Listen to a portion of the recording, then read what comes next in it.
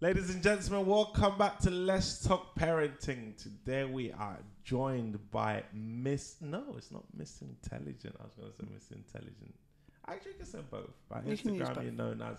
Is it Miss Intelligent underscore? Miss underscore Intelligent dot 1985.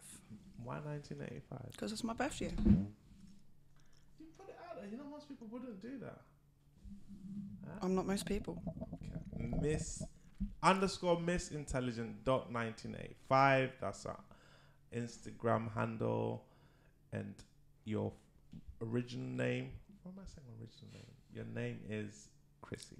Correct. How are you doing, my dear? I'm good, thank you. Correct. You make it sound so official. This is the most least official podcast we're gonna be on this time. So let's get right into it. We're talking parenting today. Yeah. First and foremost, how are you? I'm very well, thank you. Thank you for making a journey. I appreciate that was a long journey. It was, but worth it. Yeah, you called me up, said, "Can I come today at 3 o'clock?" I know. Like, yes, you can make it. And yeah, a mother of three. Four. Sorry, that's 3 boys. 2 girls, 2 boys. 2 girls, 2 boys. How does the first one? 17. 17. Second one. 16. Then 12. And 8. Wow. 17, 16, 12, and 8. Who's your favorite? I don't have any. They're all equal for their own rights. So I've got a little bond with each of them for their own reasons. That's what I said. I said that on the last show. That I said we don't have favorites, but we got favorites for certain things. For certain, yeah. I said my little one. She's my favorite for bedtime. What did I say? That was your excuse for your favourites. You said, I'm pretty sure that every parent has a favourite. Oh, yeah. No, yeah, you're right, you know. Every parent has a favourite, but we just don't say it. For me, yeah, we'll leave it. Well, your colleague called you out. You know the cameraman just records. The camera's dangerous. It's not going to be online. It's going to be. But deep down, yeah, we all have our favourites. But Mummy's not going to say that because she hears it. What'd you say? It's not you. What makes you say that? It's Stephen. No. Stephen's my boy. He's got special needs. So with regards to bringing more out and putting more into him, yeah. But they're all equal in their own right. Well, you take over Mummy's radio on the way home. So you must be up there. You're here with me today. There you go. Do you know the worst thing you can do when you're in a car and someone just touches your radio? Mm-hmm. That is so the fact that you can touch Mummy's radio, you are out there. How old was you when you had your first child? 20. 20. And at the time, was it planned? Yeah. Yeah, she was. And how long was the relationship before? 2 years. Oh, so you was together was you friends before that? Yeah, we've been friends for 25 years.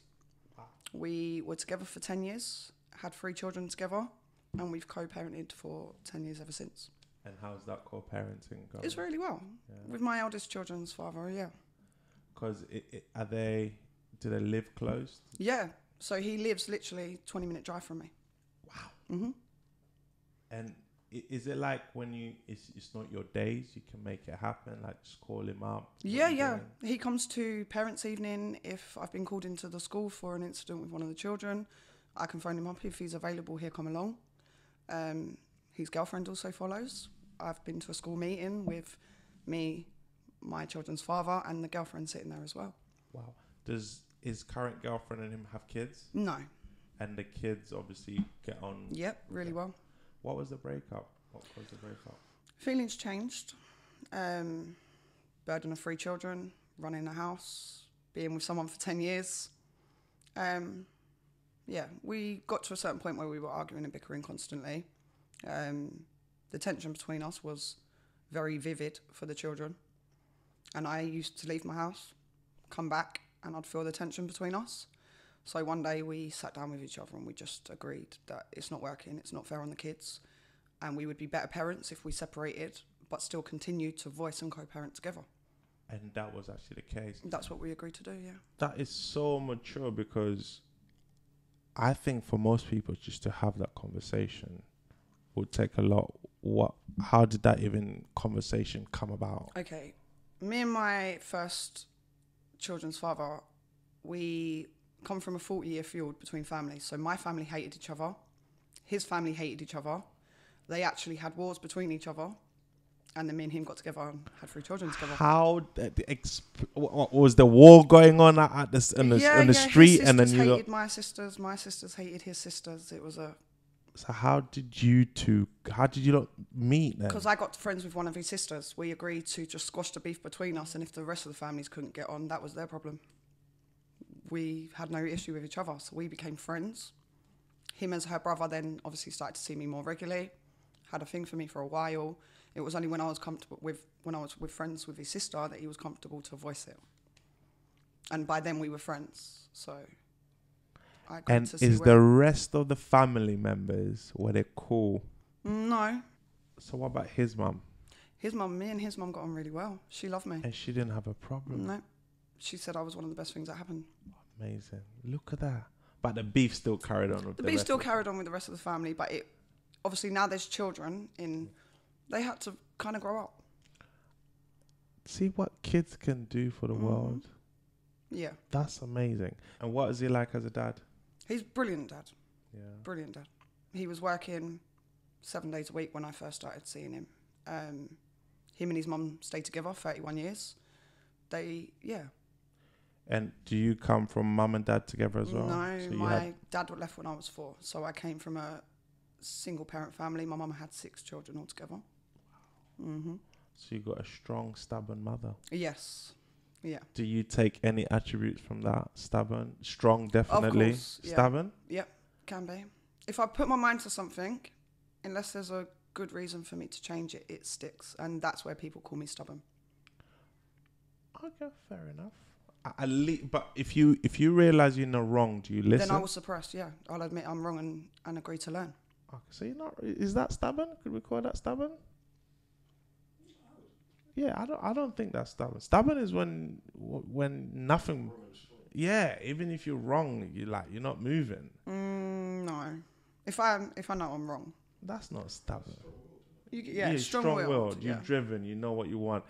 And where's your the father of your first 3? Where's he from? What's his origin? He's half Hungarian, half English. He was born in this country, but his roots are Hungarian. Okay, so he's very family oriented. Yes. Then that's amazing. So then you lot break up. Then you have your last born. Mm-hmm. At what age was you at this point? I was 29 when I had her. 29. And how long after the breakup between your first? We were separated for over 4 years. Okay. Before I even entertained or went near anyone else, in the sense that of having another child with someone. And that's when the drama started. That's when the EastEnders started. That's when all hell broke loose. Yeah. Was you in a relationship with this man? Not until I got pregnant, no. So you got pregnant, then got in. So I was on the pill when I got pregnant. So it was. It wasn't planned. You are the second guest we've had been on a pill. These pills don't work. Only they do if you have not got a virus, you are sick. If you go out drinking with your friends and you vomit, it counteracts the pill, which these women are not told this. If you have any kind of vomiting while you're taking the pill, you have to use protection. Okay. Because you're vomiting up the pill. So if you vomit, if you got alcohol in your system, antibiotics. So you can't take the pill and drink. I'm not too sure about drinking, but if the drinking makes you vomit, so if you drink too much that you're sick, then you should use protection. And if you're on any form of antibiotics, it can counteract the pill. And GP will tell you this. But still, a lot of females don't know this. They're not aware. I wasn't aware. You found out the hard way. I found out the hard way. So after that, that's when he's like, "But I was on a pill. What's going on?" And then you were told. Yeah. That. Okay. Then baby's born. Mm-hmm.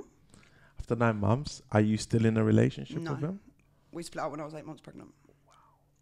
What was the cause of this split up? I knew you was going to ask this. He strayed away with someone very, very close to me. Where's this man's origin? His family are from St. Lucia, England, and Barbados, I think the other one is. it's not looking good for the islanders, you know. Look, like, as long as it's not Jamaican, because a lot of our base, no, not Jamaican, sorry, Yardis, a lot of people. Apparently, there's a difference between it. There is a difference, but I'm saying it was either Yardie. Yeah, or the men, a lot of female, even actually the guy that came, he's Jamaican. It's not looking good for Jamaican men. So when he's Jamaican, so when you said you didn't say Jamaican, it's like we crawl him. It's not looking good for Jamaican men. They're coming after me. So he strayed away with someone very, very close to you. Yes, we were very close. Let's go left here. Who is to blame? Who's more to blame for you? Who are you blaming the most? She's wrong, of course. But he is the one that messed up our plan. She wouldn't have come into that if it wasn't for him. So he initiated the move. Mm-hmm. I believe so. It's been 5 years. 7. 7 years. Have you forgiven? Yes, but we've left it as that. But do you speak? No. Would you ever speak? Any bad feeling I've got towards either of them is not going to change what happened. It doesn't change it. How did you... You must have had so many questions. You must have been mad. It you broke must me from the inside out. I'm not going to lie, it shattered me. I don't even know what I would do. I didn't get the opportunity. She left the area 3 weeks after it happened. I don't blame them. But was it just a one-off? Yeah, from what I was told, yeah. Were they drunk? Yes. Can you excuse? Can you No blame it on the excuses. alcohol? No excuses. But I think they must have been planning. Like, yeah. Anyway, let's get back. So He was very manipulative. Very Jack the Lad, gift of the gab, knew how to talk to the ladies. is that how he got you? We had our fun. It went further than it should have done. And we had a responsibility at the end of it. There's something I'm not proud of. Yeah. And what happened because of it, if I could go back, I would have. The only blessing I got from it was my child. That's amazing. Does he see? No, it's been 2 years. He did, even after. I used to take my daughter to his mum's house for supervision. So he wasn't allowed near me. He wasn't allowed to know where I live. Why? What happened? Because he was high risk. Did you know this beforehand? Not before. So basically, on my birthday in 2015, he phoned me up, threatened to take my daughter from me.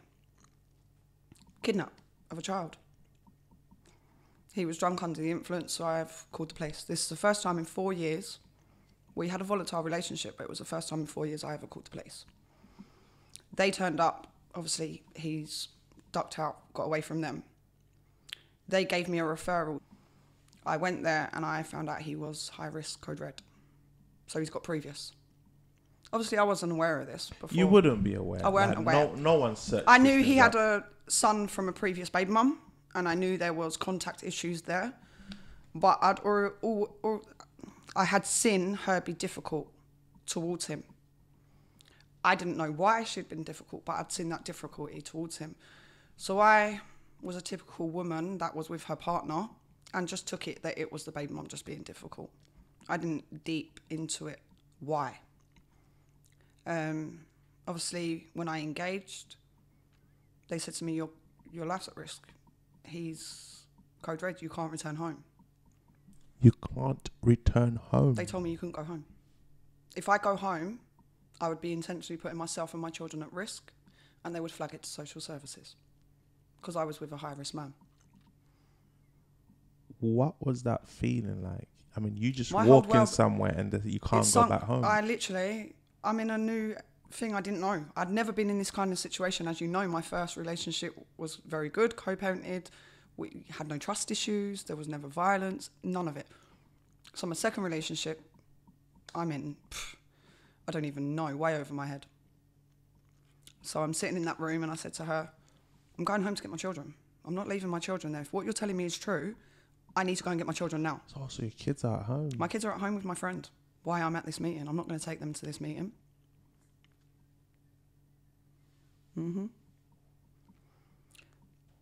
Then someone from that centre went to collect my children, collect my bags, collect my important information. So they say you definitely not going home. That night I was placed. And you've never been to that house? I've never been back to that house since. I was there 10 years. That's a movie, you know? That's what you hear or see in like a soap opera. But that's just the start. Jesus, let me get some water. Yeah, that's just the start. That was where my journey started. So at this point, you're still pregnant? No, when I'd you had couldn't the go baby. home. After how old is the baby now? The baby was 9 months when I left. 9 months. Yeah. We separated when I was 8 months pregnant. Yeah. I stayed in that property until my daughter was 9 months gone. 9 months.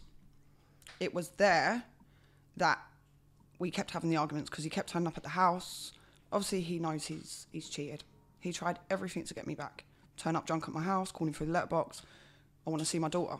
He used to use his daughter as a way to get access, whether it was on the phone or by just showing up randomly. But it was always my little girl that he used. And then that's when he would try, I'm sorry, I didn't mean it. At this point, what is the relationship? Let's fast forward now. We're going to go back to that. Okay. What's the relationship between your first baby father? Do you mind if I call him baby father? No, go ahead. Your first baby father and your last born. There was no contact. My first baby father didn't really get involved unless it was to do with the children. He weren't 100% sure what was going on because the only times that me and him would really get into arguments was on the weekends when he'd been drinking. On these weekends, my children were with their dad. So they didn't see it. The baby father wasn't really aware of it. And I didn't really realise it was that deep. He's got drunk. We've had an argument. It's got a bit toxic. I didn't really deep it, which I should have done. Let's go back. So it gets worse. How worse? How worse can it get than being told you cannot return to your home? Well, on that time, I was placed in Clapham. The night we went there, I was put in a 2-bedroom flat with nothing. And there's 5 of you. There was 6 me. of you. There's 5 of us, me and my 4 children. In a 2-bed. Yep. In a 2-bedroom flat. So was that temporary though? It was an emergency temporary accommodation. Fair enough. We can understand that. Next day. That evening was really difficult because there was nothing. So I didn't even have a spoon or a glass to have a cup of water. They don't tell you bring a towel, bring a bowl, bring a spoon. When I was put in this flat, I literally had nothing. The clothes on my back, a few bits packed, what my children had managed to grab, what these people had managed to grab from my children. But other than that, everything I had was at home. You're not thinking of that because you're pinching yourself. It's this fear. A dream? Yeah. I went into shock, I think. I actually went into shock because it happened so quickly. It went from an argument to him taking my daughter to me going to this meeting, then me being told he's high risk. It was literally one after the other. Like, how did you get your daughter back? He didn't actually take her. I fought for her and I kept hold of her. But the fact that he was going to, I knew this man's not right. That's when your instincts kicked in. Yep. And I had every inch to believe that he would do it.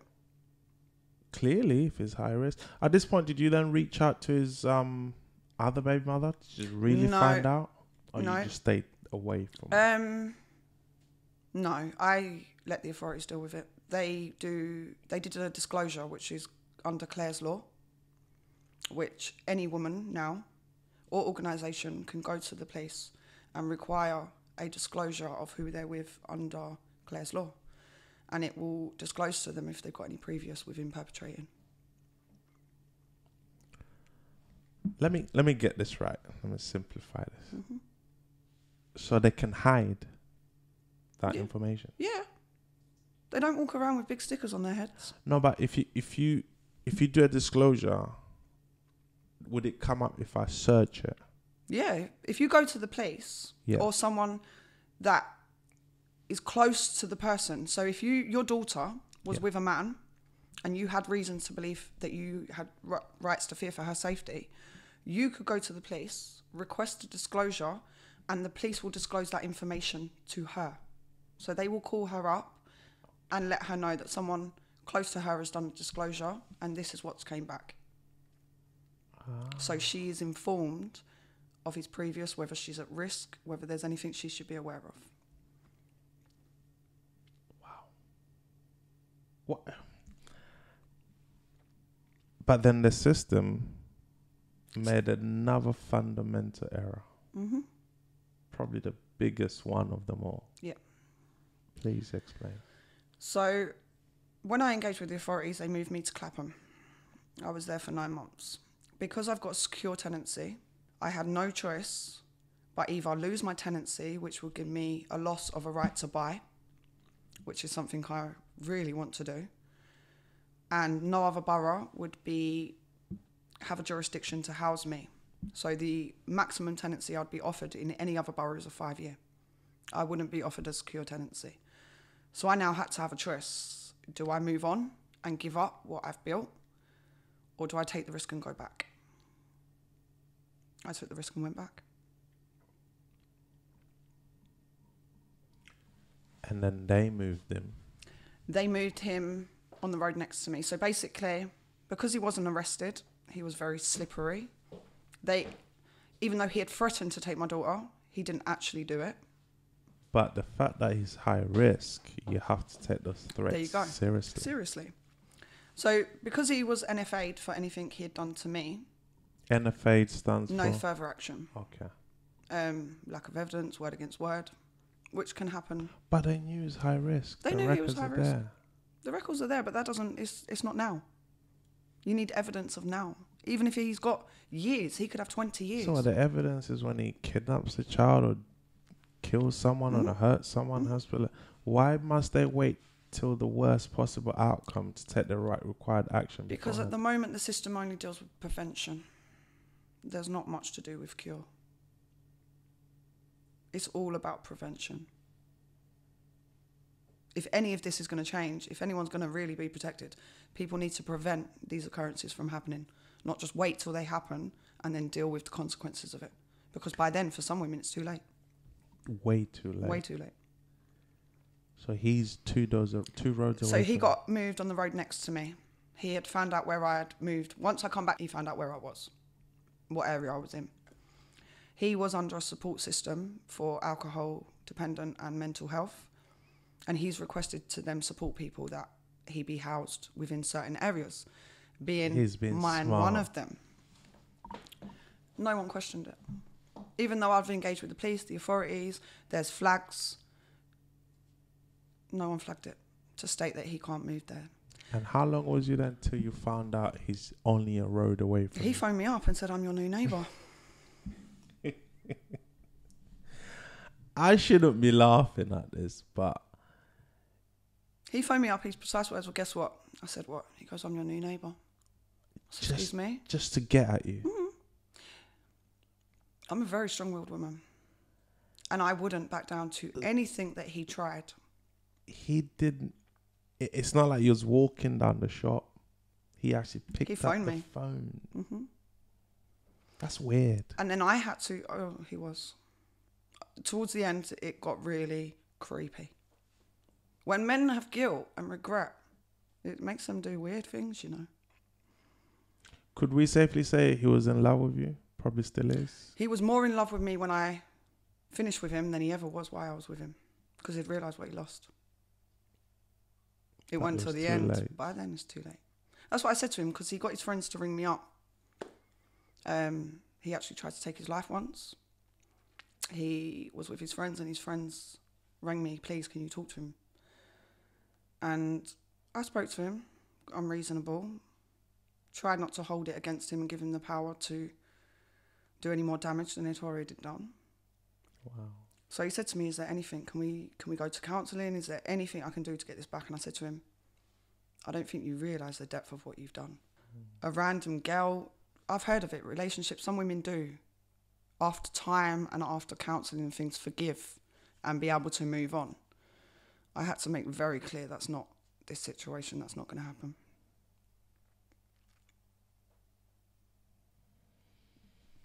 Wow. Mm-hmm. How has that affected your kids, that situation you went through? Because that's a traumatic experience that no kid We were moved 4 times. Once because obviously I moved, but the second time was because of the authorities. They breached my safety spectacularly. And when I phoned them to say this had happened, it took them 4 months to get him removed from the area and another 17 months for me to get my safe house. I had to remain in that area. He got moved out. But he knew where you lived. But he knew where I was. And he could have done anything at any And he given actually moment. did. One day, him and 8 of his friends surrounded my property, balaclavaed. What? I had a field opposite. He found out, obviously, got drunk with his friends, balaclavaed up, and literally surrounded my whole property. I phoned police, made a report. They had left the property by the time the police had arrived. The police had gone off after them, but didn't manage to catch him, just managed to catch his friends. And his girlfriend at the time gave him an alibi to say that he wasn't there. So he, and again, got NFA'd with harassment. Because I tried to get him done for harassment. But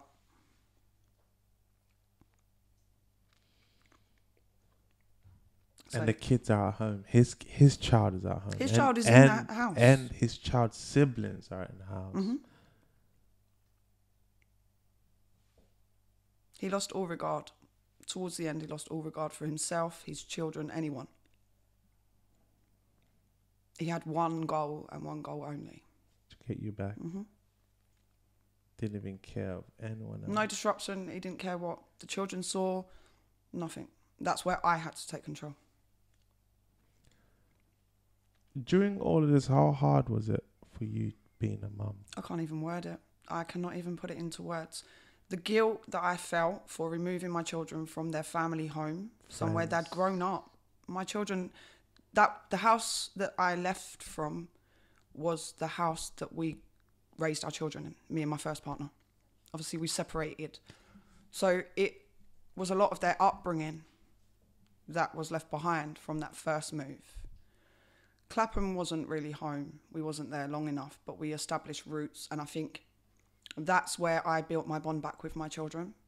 So coming away from the situation, being with my children, just solely me and my children for 9 months, gave me a lot of time to repair any of the damage that I as their mum done, because I felt a lot of guilt. I felt shame that Why? I'd even... Why? Because it was the man I picked. It was the man I chose to be around. If we was to go back in time, Mm-hmm. or if you was to advise anyone, what do you think you would have done differently? What would I have done differently? Probably stayed away from him completely. How would you have known? I wouldn't have done, and this is where awareness needs to happen. How could so that's an experience not even I would want to go to later on. I wouldn't put my worst enemy No, through exactly. How sadly men like that are there everywhere. it. Mm-hmm. How in some cases women too. Mm-hmm. There's some crazy women Yeah. out there. How can people be alert to this kind of people so they stay away? Because having a relationship with such a person is one thing. Having kids with them, that's another thing. Mhm. Because if you have a relationship, you can break up, go away. Even marriage is a lesser commitment than Exactly. children. Because marriage can end 2 Mhm. years later. But when children are involved, it's a whole different issue. Yeah. How can people mitigate for this? Don't rush. Don't be so quick to rush and settle down. There's signs that are clear with people like that. They will start commenting on how your hair looks, your makeup, what you wear, just subliminally. So little things that start, and it builds. It will go to where you go, who you talk to. There'll be one of your friends that they don't like. I don't want you talking to them. I don't like that friend. It's trying to project their visions and their coercive behaviour onto someone else. And it's only someone that recognises someone doing that will be aware of it. I only know it because of my experiences, but I didn't have a clue before that. And no one's, and that's why that's the power of your story. Someone will hear it and be like, my partner's acting like that, and they'll look further into it. There is signs. There is signs for everyone to see with people like that.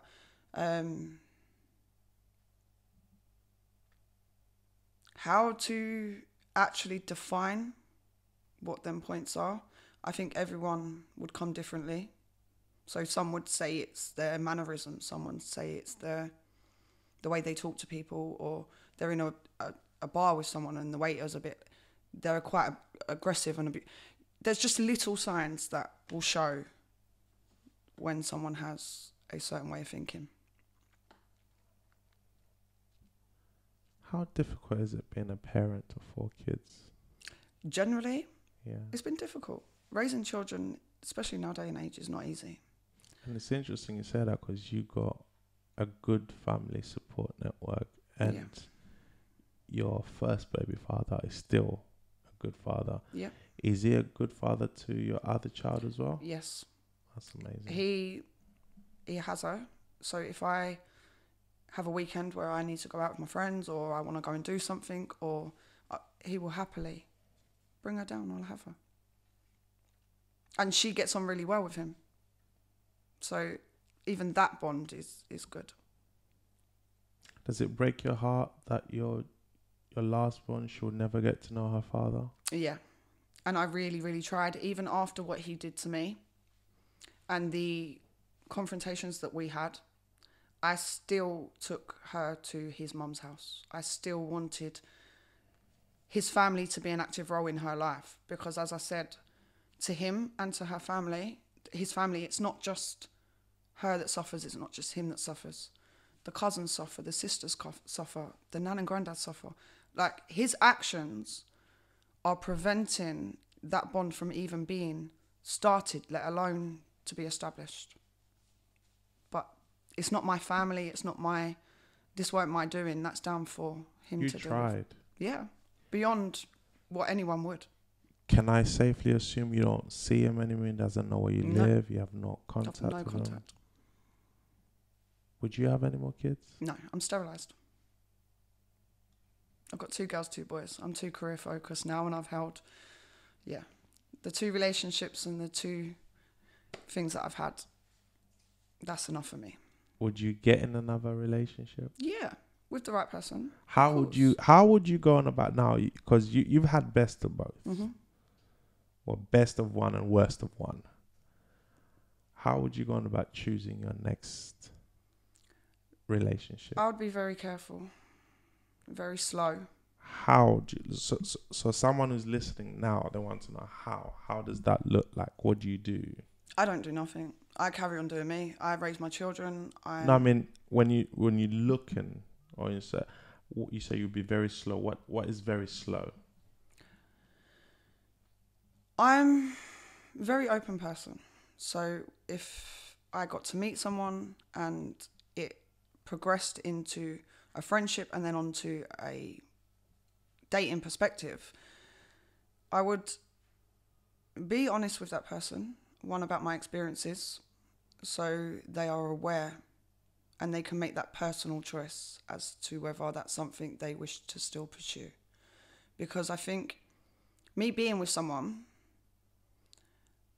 say I'm with someone 6 months, and then I decide to come out with certain things or something, I'm driving down the road and he's in the car and I see my baby father or one of his family. That's going to be an awkward position to have that conversation at that time. So by me having that conversation quite early on, it's not going to put me in that position should I be in it with him later down the line. So I think for the benefit of him as well as myself, honesty's priority. And then it's down for him to decide from there.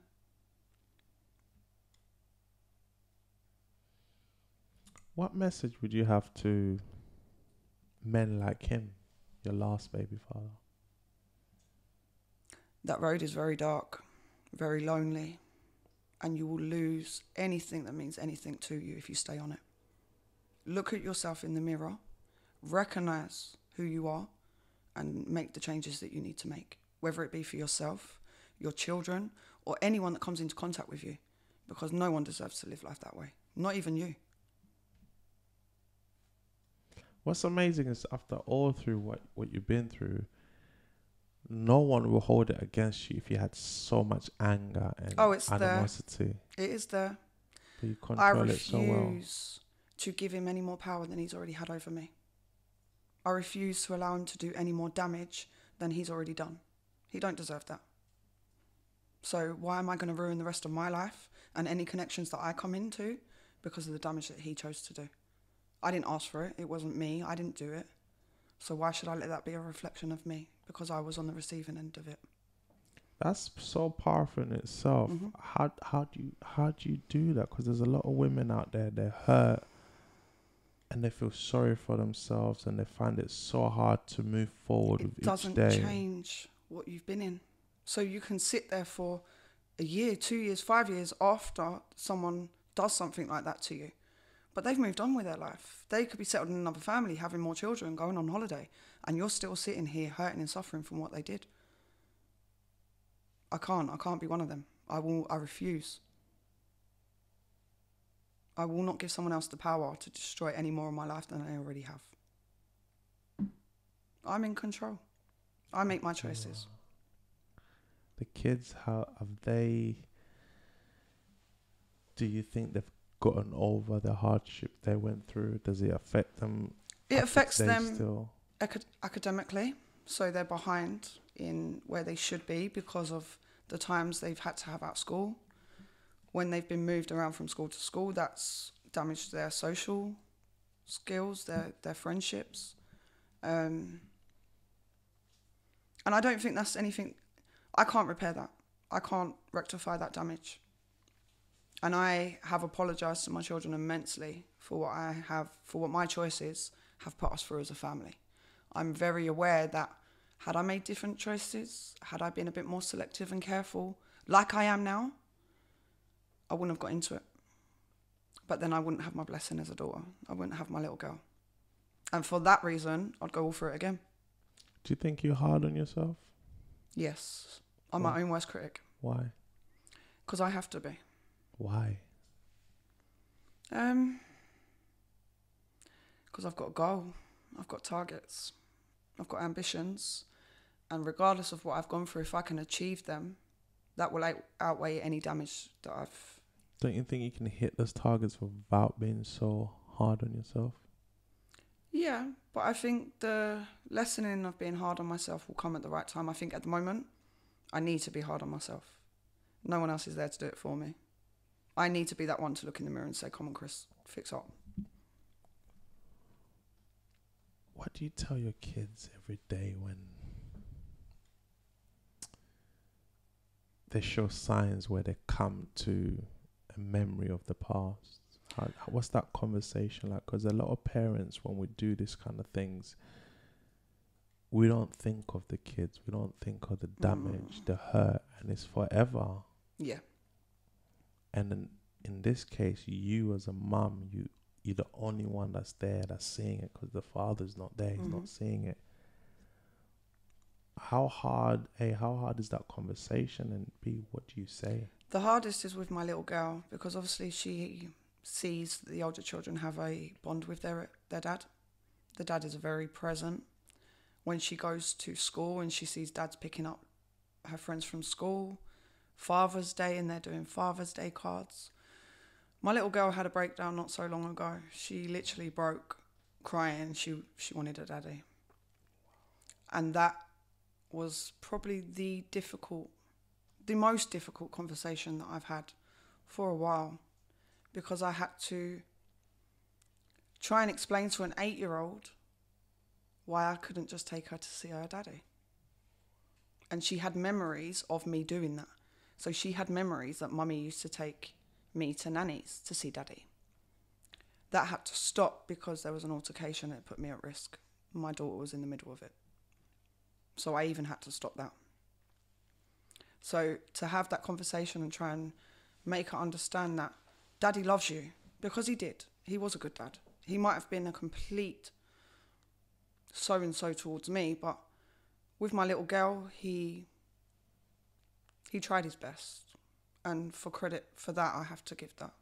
Even though he had his own demons. Do you think he tried? Because look. Okay, I can't say he tried his best, but for who he was and what he had at that time, he did what he could. You're a strong woman, Mm-hmm. Chrissy. What advice would you give girls out there who are unaware of the dangers ahead? Because it's dangerous.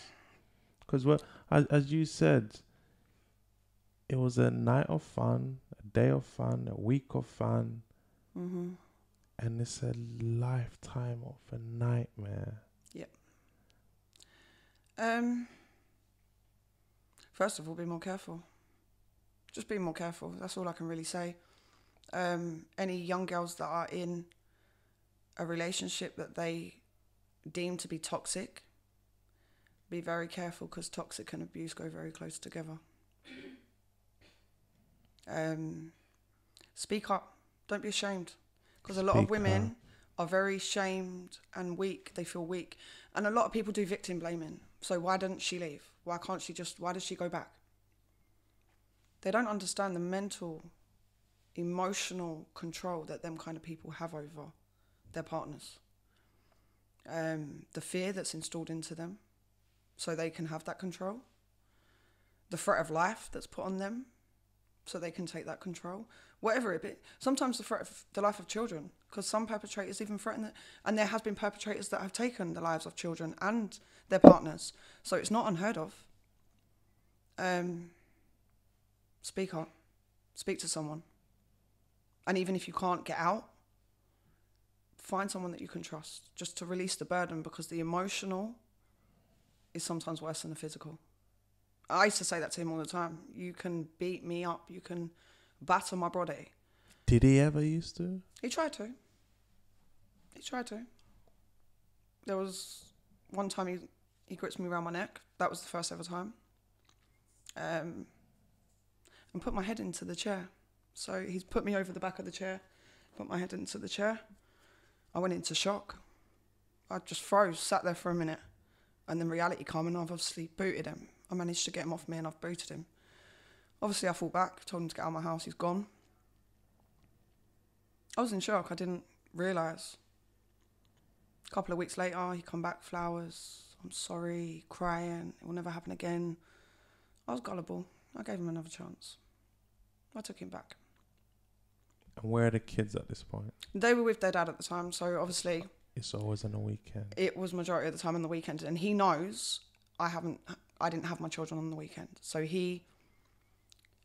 he wanted to try and smooth around me, it would always be when the children weren't there, because if my children were there, I stayed strong, funny enough.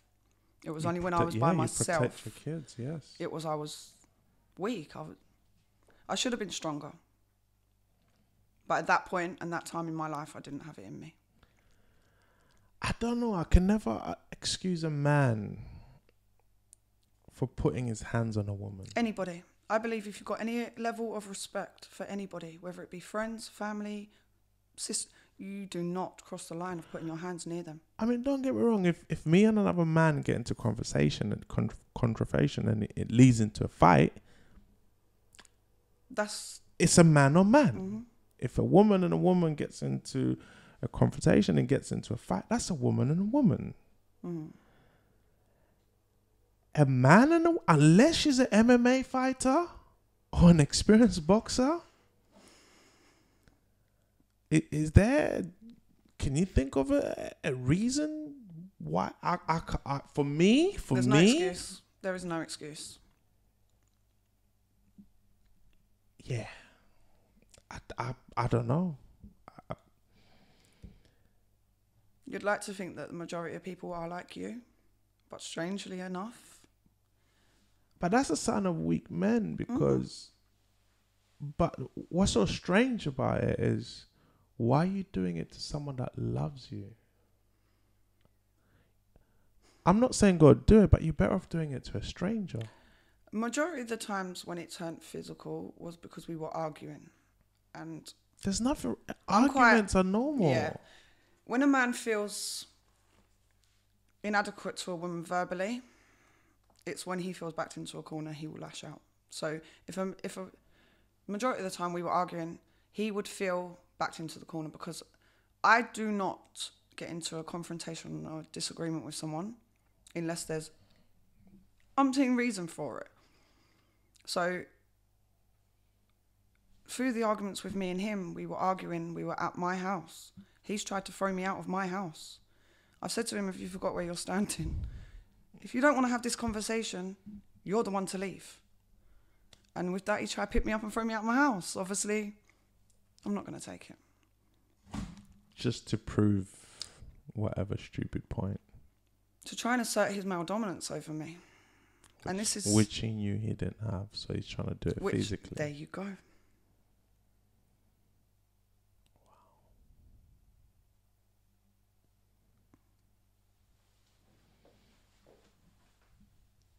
What message do you have for the world out there, Chrissy, on parenting?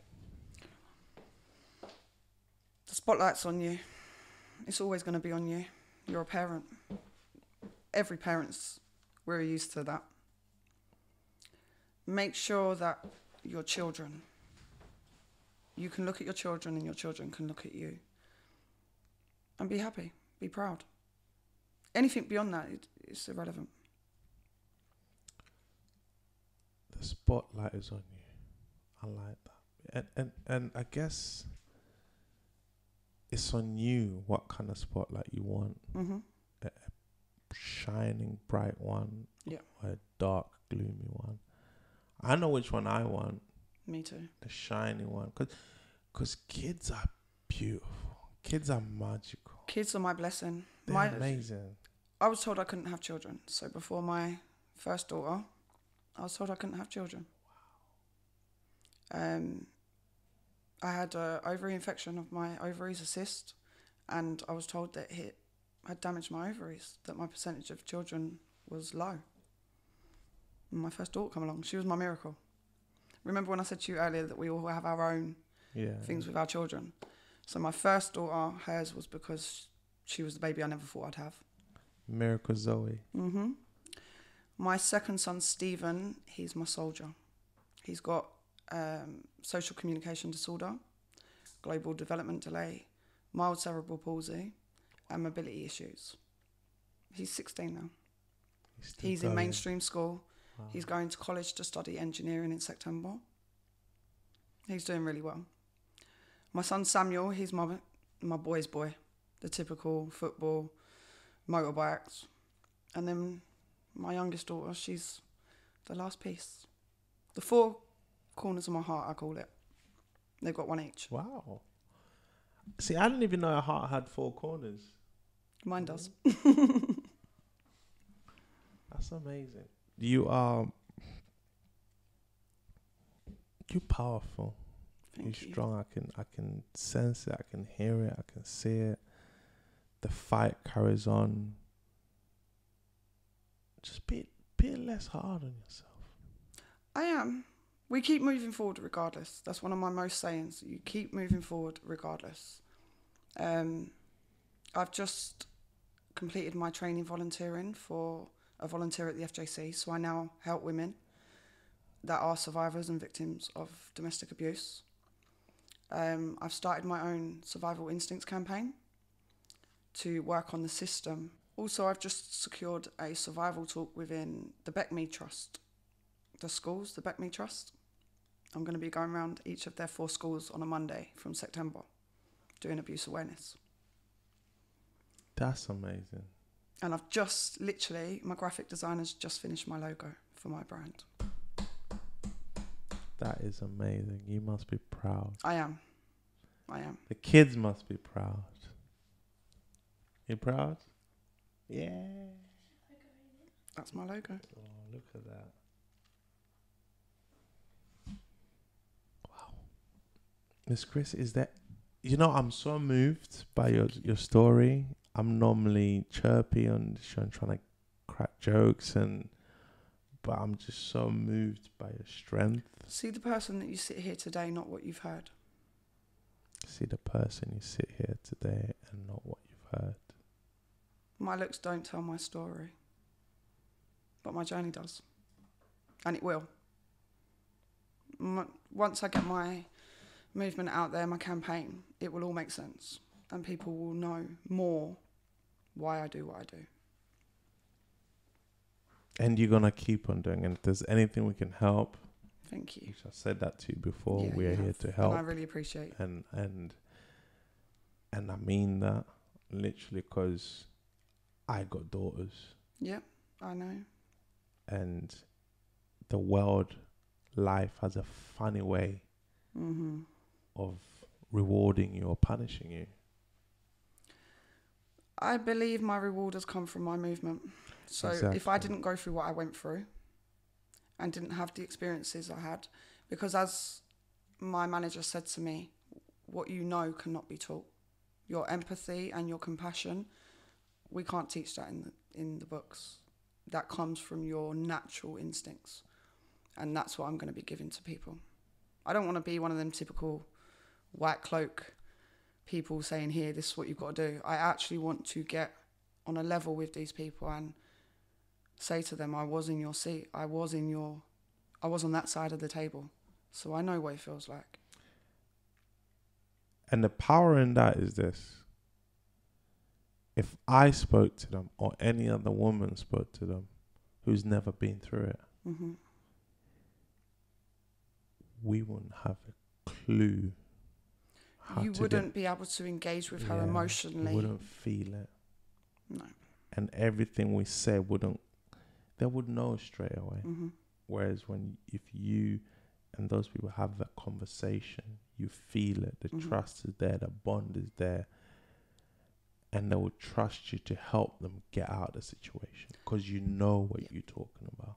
You understand where they've been through. I've engaged in the authorities, the services. I've been moved around. I've had to do this twice. So where he was put in my area, that was like going back to the first time all over again, because my safety was at risk the same way it was the first time. If anything, it was worse this time because I'd left and he found me. So that want to get me was even deeper than the first time. He didn't want you to slip away again, so to speak. Yep. Chrissy, where can they find you? Where can they find me? Yeah. On my Instagram, miss_intelligent.1985. Drop me a DM. Anyone that's going through anything, anyone that wants any advice, any organisations to reach out to. Either get in touch with the studio or directly with myself, and I will do what I can to help. And you're very active as well. Very active. Very active, which is beautiful. Miss Chrissie, thank you very, very much. Unless there's something else you want to put out there. No, I think you've covered everything. Are you sure? Yes. I appreciate you. You are welcome here at any time. Thank you for having me. You see your campaign that you're doing. We're doing this show to try help shine a spotlight on parenting who are not doing a good job, so they could do a better job in order to help the up and coming generation and cut off the cycle. So I believe we're doing the same thing, but we're just on a different side. Yeah. So if there's anything we can help, as I said, I got daughters. We learn from each other. Yeah. A lot of people are reluctant to take advice, constructive criticism nowadays. It's a bonus, it's a benefit, because it will guide you better, even though if it's a bit offensive or it's not what you want to hear at first. If you can take that on the chin and take it in the way it's coming across, it will benefit you. I think everyone should... Yeah, no one talks nowadays. And you don't have to take that on board, the criticism, constructive criticism, but listen to it. Yeah. And you might not find use for it today, but then maybe down the line. You never know when it's going to come in useful. You'd be like, oh, okay. And when you see that, you'd be like, oh, that's what she was trying to tell me. That's what he was trying to okay. It doesn't hurt. Yes, ladies and gentlemen, there you have it. Let's talk parenting. Anyone who wish to come on and express their concerns and give advice and help each other, please come on, and please, if we can follow Chrissy and help the movement, because one way or the other, we have to make this place that we call home, Earth, that is a better place. So let's do it. Thank you very much, my dear. Wow. Wow.